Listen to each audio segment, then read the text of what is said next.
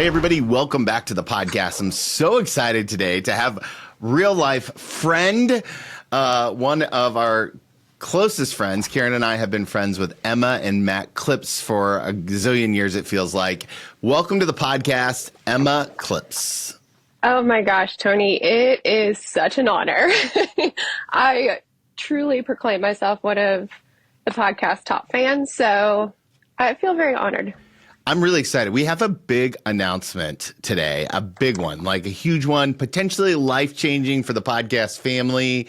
And we'll get to that at the end. But I know that you've done so many things in your life. You are a world-renowned hairdresser, a faster weight coach. You've done Mary Kay. Of course, you're a mom and a wife. How would you describe the calling that God has placed on your life?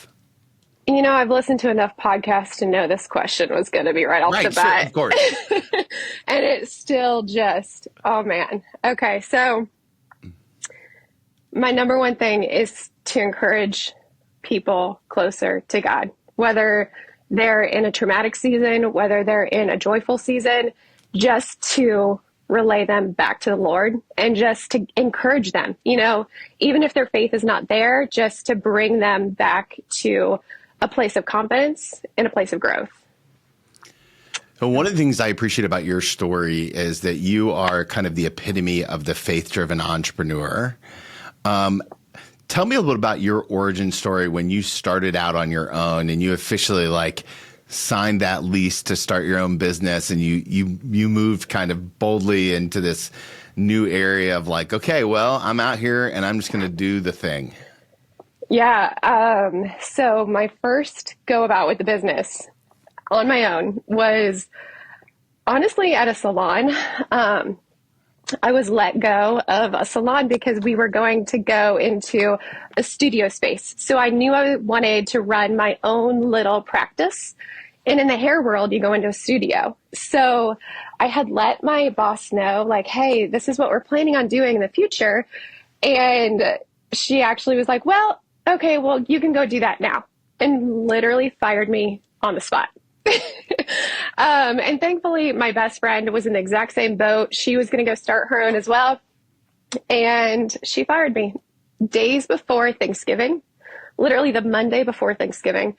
And I was a single mom, and I called my mom bawling, I have two little girls. What the heck am I supposed to do?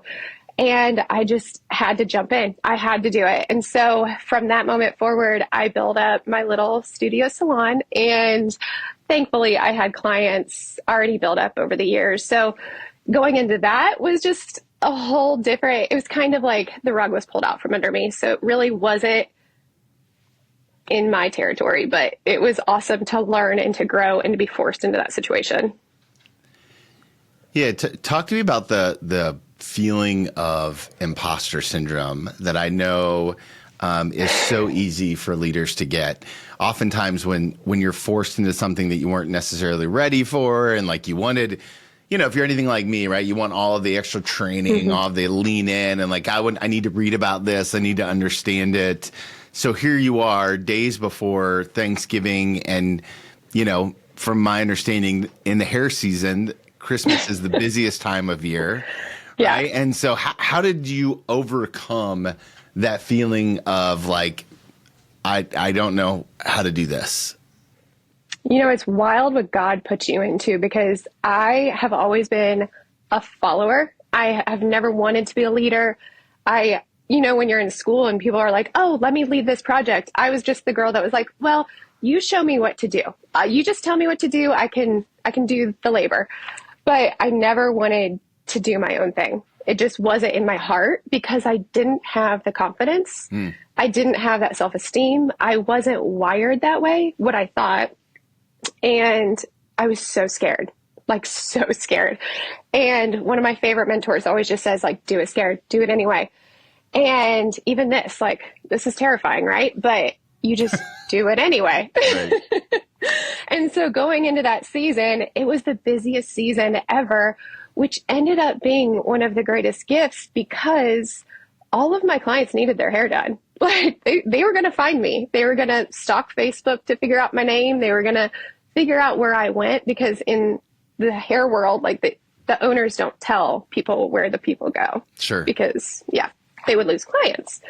And so it was a wonderful season of watching just all these people follow me, find me, and support me in a time that I really, really was desperate for my services.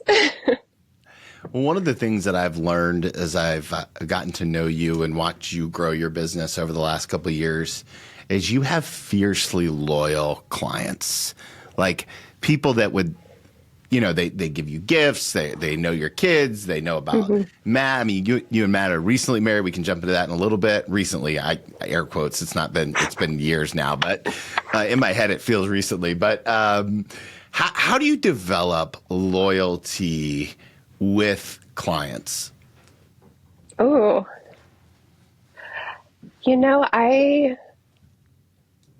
my clients are my family. Like at this point, even a new client that walks in the door, like you just treat them like family. You give them a hug, you comfort them, you ask them about themselves. Like so much of our world is focused on everything else. And when you really care and you lean into understanding where people come from, what they love, their passions, their fears, hearing their backstory. I love the deep, rich connection of having a client in my chair, hearing their entire life and the good, the bad, the ugly, like their highs and lows, and really understanding who they are and how they got there. And what has that loyalty shown you in terms of like building your business? Because I would imagine that there's deep implications, because you could probably do what you do a little bit more efficiently, but there would be a cost. And then I wonder, what's the benefit? Yeah. I keep my prices pretty low. So there's a lot of ways of doing business, right? So many people will raise their prices to scale back on their clientele. And I just have always thought like, no, like these are my people. I love them. And I would rather have people in my chair that I spend quality time with. I mean, I'm with these people every 4 weeks for 2 hours. I want those to be enriching people. And I would rather maybe work a little bit more or make a little less, to be honest, just to have high quality people surrounding myself. That's amazing. One of the things I appreciate about your entrepreneurship is that it continues to just scale and extend to different areas of your life. And so I would love to hear your Mary Kay story. Oh, because you had you were a big deal in Mary Kay for a little bit. Yeah.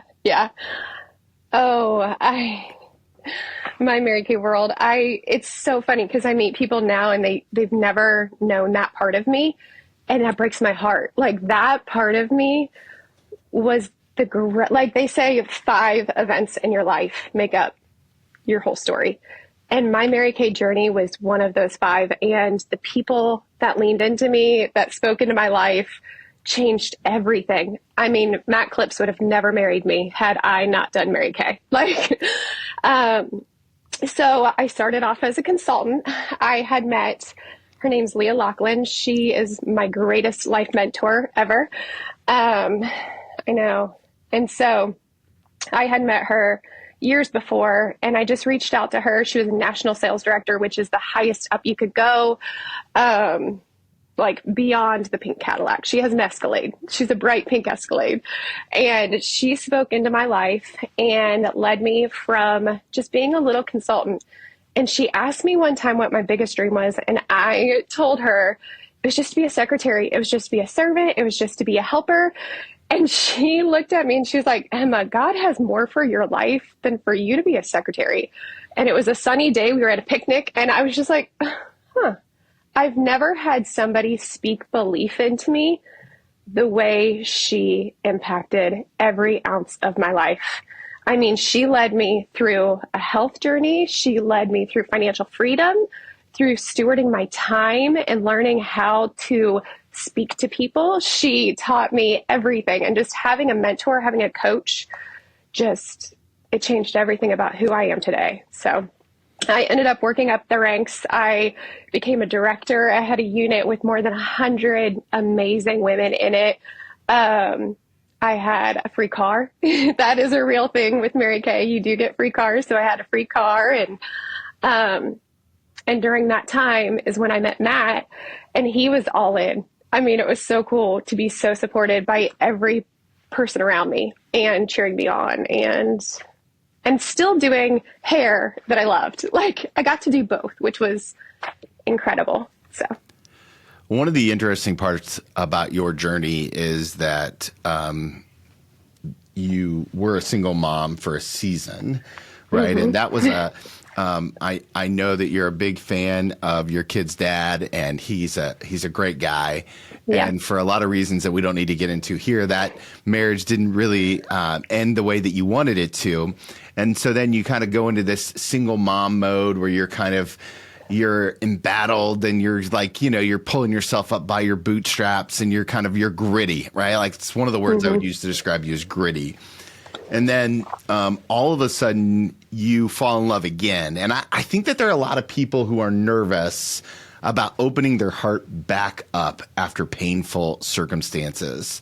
And so I'm wondering if you could share a little bit about the process of saying it's okay to love again after you've been hurt. Oh, man. Okay. Yeah. It's like the one person that you trust the most in this world, you give everything to.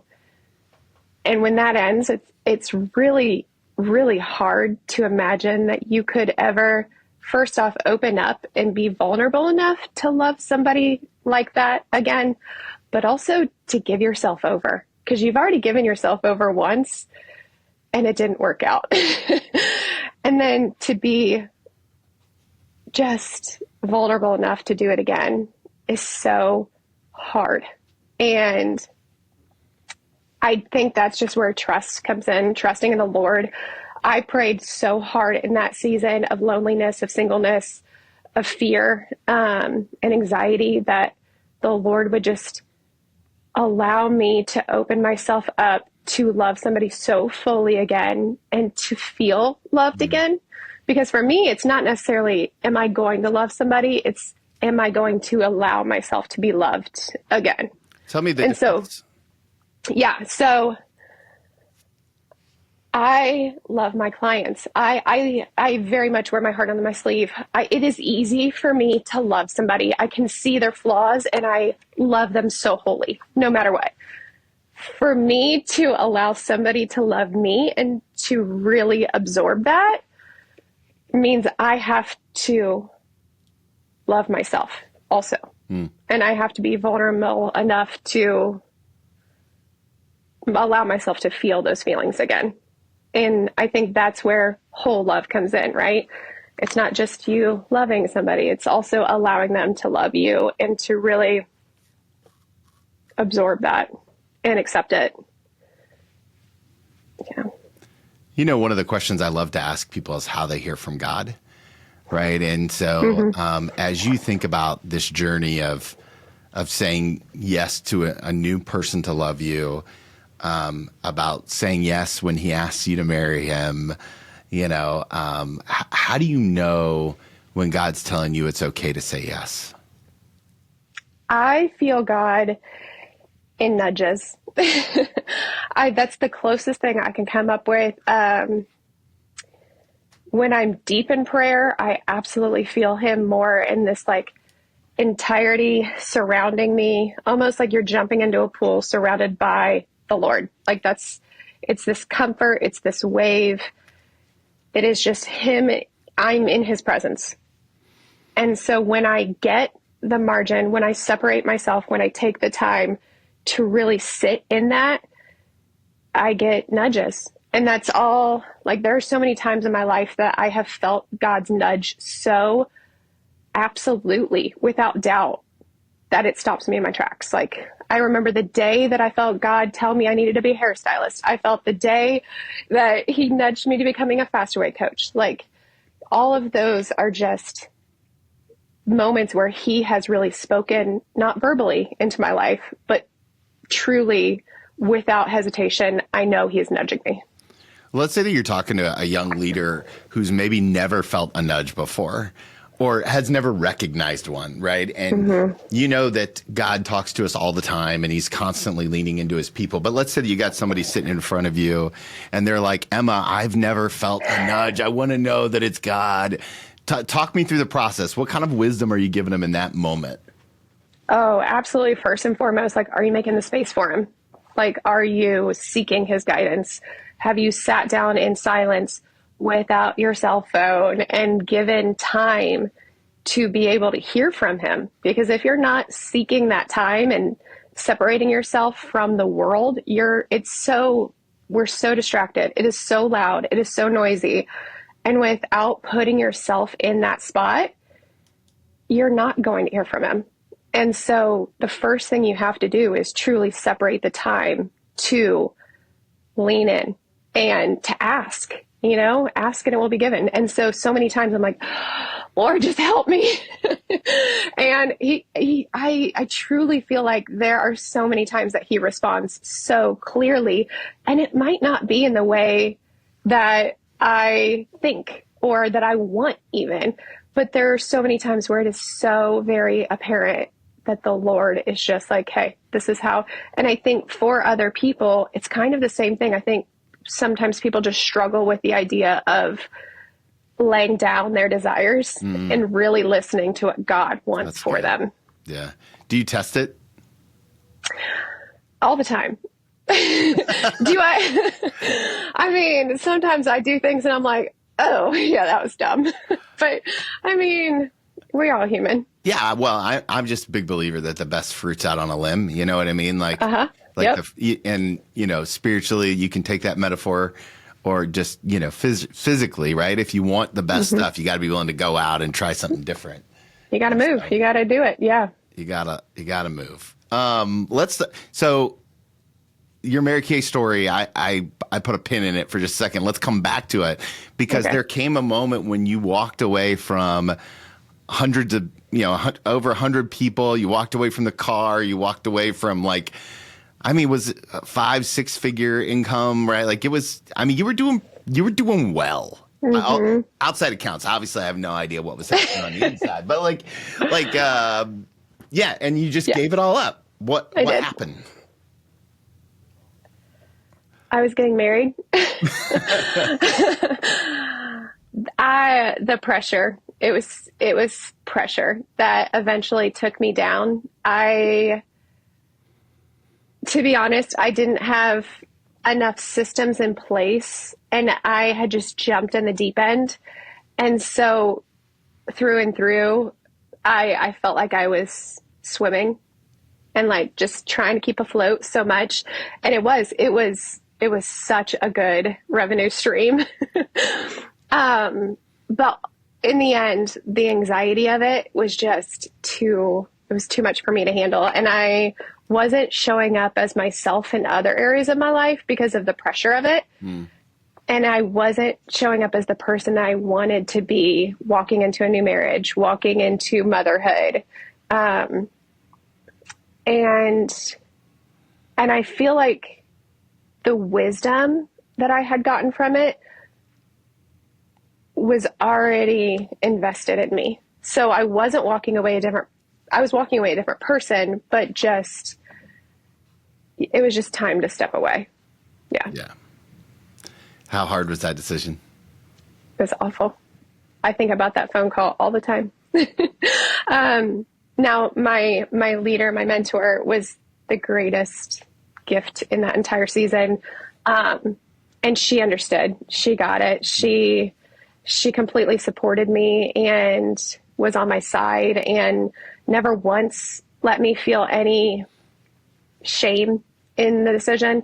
And even calling you have to have your car picked up. So I remember the phone call I had to make to have my free car picked up and towed out of my driveway.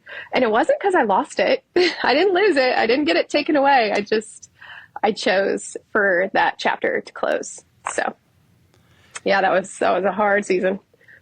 And also, right, in the midst of that hardness, you don't get to where you are today which is also pretty crazy because if you were still doing Mary Kay, you wouldn't be doing some of the more, I don't want to say more transformational, I would say different transformational work that you're doing today, because eventually what happens is you get married, you're fully present in the marriage, you have a wonderful baby boy, and then all of a sudden you begin doing something new. Tell us about that. Yes. So I have loved health, wellness, mindset, all of that for many, many years. Backstory, I was never in sports, so I'm not competitive. I don't have that mentality. You might be the least competitive person I've ever met. It's terrible. I love it about myself, but yeah, anyway, so but I always watched my mom work out. I always watched her do fitness classes. And then after high school, I didn't just gain the freshman 15. I gained freshman 50. And I didn't really realize it. That sounds kind of silly, but I didn't realize it. I was happy in life. And so I went to the doctor and they weighed me and I was about 20 and they told me I was morbidly obese. And I looked at her and I was like, do I look morbidly obese? And she was like, no, but I mean, we do need to work on this. And I was like, oh, and that was just a moment that changed a lot of things. Also, I then ended up calorie counting and I shed that weight within a year. I mean, it was very eye-opening. Wow. I have watched a lot of my family members and distant relatives like just live more unhealthy lives. And so I was just like, oh, like I can't go there. And so I pretty much put a pin in it at that moment and lost the weight pretty quickly, but it was through calorie counting. And then I lived all of my 20s and my pregnancies just pretty much feeling deprived. I think a lot of women that were raised in the 90s struggle with that mentality pretty harshly, where, are carbs bad or is fat bad? I was raised with, I can't believe it's not butter, and Teen Magazine and the Britney Spears, Lindsay Lohan generation of the crop tops. So it's just like my toxic thoughts for a long time were really into that. And so after I had my son, I learned about macro counting. And so it's macronutrients, and it's actually focused more on putting good things into your body. And my husband was a really big part of this too. He very much eats food from the earth, very simple ingredients. And so I was introduced to the faster way to fat loss, which is an entire different company that focuses on training women how to get their energy back by actually eating more and working out less, which was wild for me to comprehend because I was the girl that did 75 hard. I did all the vegan, I did gluten-free, dairy-free, all of these things to try to lose the weight. And they're telling me that I actually needed to eat more and then I should cut my workouts to 30 minutes. And I did it because why not? I love new things. And so I did it and everybody started noticing and they're like, what the heck are you doing? Like, you look so good. And my life felt so easy for once. I didn't feel deprived. I could go out and get ice cream with my kids, and it just changed everything. So when you think about saying yes to Faster Way and saying yes to that new season of old thoughts, I imagine there's leaders who are listening right now who are thinking about old thought patterns. Right? How do we as leaders get rid of these old, in the recovery community, we call it stinking thinking, but how do we get rid of those old messages, those old tapes, those old things that may not serve us as well as we once thought? Yeah.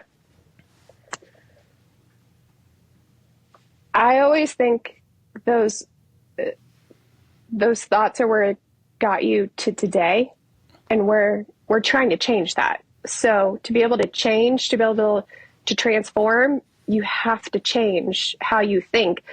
And understanding the why, for me personally, is a huge aspect of that. You can't just tell me, hey, go do this or try this approach. You have to tell me why. And once I understand the science behind it, or that it's a proven method, for me, I'm like, oh, okay, let's do it. Let's try it. Why not? You know, what I was doing wasn't working. Let's try something new. And you just have to be open and ready to make that step forward. Yeah, so you became a faster way coach. You immediately stepped into this world. What have you noticed or learned about yourself since you started coaching all of these women? Oh, yeah, it was interesting because I had changed so much that I had a lot of women around me decide that they wanted to try the faster way. And they looked at me and they literally said, I want you to be my coach though. And I was like, well, I'm not. Like, I have to go get certified to do that. And that wasn't on my radar. So it was a God nudge. I was curling hair one day and he just nudged me and he was like, why not? You've done this before. You've coached women before. That's what you loved in Mary Kay. I loved having that one-on-one talking with women and hearing their hearts and encouraging them. And so God really just nudged me towards that. And so getting to sit with them and hearing their journeys, you know, we are so similar. We're all just, a lot of our stories all kind of coincide together. And we're all kind of taught the same wrong things all of our lives. And a lot of it comes down to a lack of confidence and a lack of education and marketing that we've been taught, and trying to transform their thinking into something different is fun. For me, that's like, ooh, okay. Like once they kind of start seeing results and start seeing that a new approach works, it's so fun to be on the journey with them. Now, part of how I know that this is just so wildly successful is my wife has been on this journey with you, and you've coached her for, is it a year yet? It'll be a year this summer. The year this summer. And, yeah. And obviously I won't share any of her personal details, but transformational kind of encounter with food. I mean, you've literally changed her life. You've walked alongside her in this whole process, which is just crazy, because if you pull the string of your story, what we see is you walking alongside people in the midst of transformation. So you have a very unique seat. Mm-hmm. What's the first step for somebody who's like, a year from now, I want to be different? Understanding the why, understanding what drives that vision for themselves, and having a good grasp. I mean, a lot of times it starts off with, I don't like this picture of myself. I don't want to look like that person. I want to be able to chase my kids. I want to be able to pick up my grandkids. That's where it starts. I want to lose 5 pounds. I want to feel good in my bathing suit, which, let's get real. We're women. Nobody feels good in a bathing suit. It's stupid. But like, that's where it starts. But when you really uncover the true why behind something, it changes everything. And usually it doesn't have to do with you. You know, I've always said my biggest why is Matt wants to climb mountains in Hawaii when he's probably 80 years old. And he probably will. I have to be able to keep up with him, and I don't want to miss those moments. I don't want to miss moments with my grandkids. I want to be able to pick them up and chase them. And so when you uncover a person's why, it changes everything about their journey. Yeah, I want to be able to walk Shiloh down the aisle. Mm-hmm. Just critically, It's just really important to me. Yep. Really, I want a wraparound porch on a lake house. Like all that stuff, it just matters. It does. Watching transformation from the seat that you have in so many different venues, I'm always curious, what has that taught you about the character of God? He's so good. He's so loyal. He is all in. And he cares about our silliest things. Like we ask for the big things. We ask for the hard and the traumatic moments. But I also think he cares about our joy and our happiness and just our day-to-day lives, and calling us out to make sure that his spirit is living in us and through us. And yeah, it's just getting to see God through other people too is a gift. Yeah. I love it. I love it. Okay, I have one more question to ask you before we get into our big announcement. But before I do, I know that people are going to want to connect with you over the interwebs. Where is the best place to get all of the Emma content? Yes. You know, like where do you encourage people at? I love Instagram. So I am at Emma Klips with a K. So EMMA KLIPS. We'll put a link in the show notes too. Yeah, for sure. On Instagram. I'm also on Facebook. A lot of my clients don't have Instagram. They have Facebook. So Emma Klips on Facebook as well. And if not, I love a good old email. Believe it or not, EmmaNoel07@gmail.com. It's been my email for forever, but I utilize it daily. 07 probably. Yeah, exactly. Yep. And I had to have a friend set it up because, I'm not tech savvy. So. Okay. The last question I love to ask people is an advice question. I'm going to invite you to go back in time and give yourself one piece of advice, except I get to name the season of life that you're in. Okay. I want to take you back to the day after your divorce was final. Mm-hmm. That younger version of yourself sitting knee to knee with her, holding her hands, looking her in the eye. If you were going to give her one piece of advice about the journey she's going to go on, what are you going to tell her?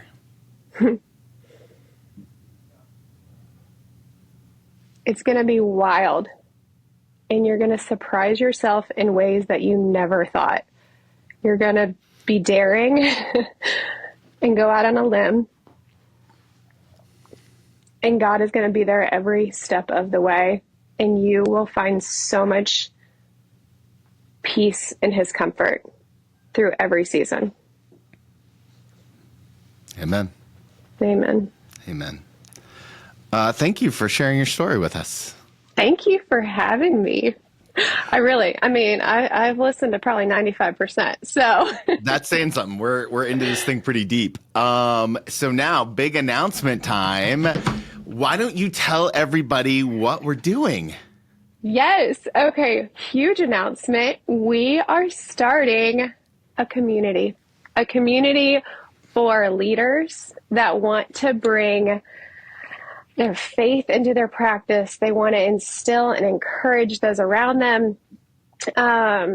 Obviously with Tony's wisdom and his business savvy, but also his just deeply grounded calling to use leaders and invest in them. I'm so excited. This is going to be so good. So one of the things you and I both resonate on deeply is that we want to coach the most amount of people possible, right? Absolutely. We want to help people see that transformation, just like in your story, just like in my story. We want to transform leaders to live a bold, passionate life.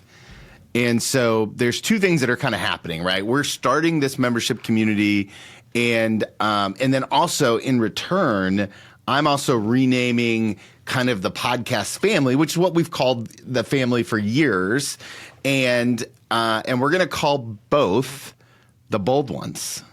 I love it. It's so fitting. The Bold Ones. And so when you think about the Bold Ones, what do you think of? I think of the people that are living their day-to-day lives, but are focused on growth and change and transformation and wanting community and connection and empowerment and understanding there's so many ways to get there and to have, valuable content to get from A to B, but also living with health and excitement and community. I'm most excited about the community. I think we're going to do Zooms every month. We're going to put out devotionals. We're going to add weekly content.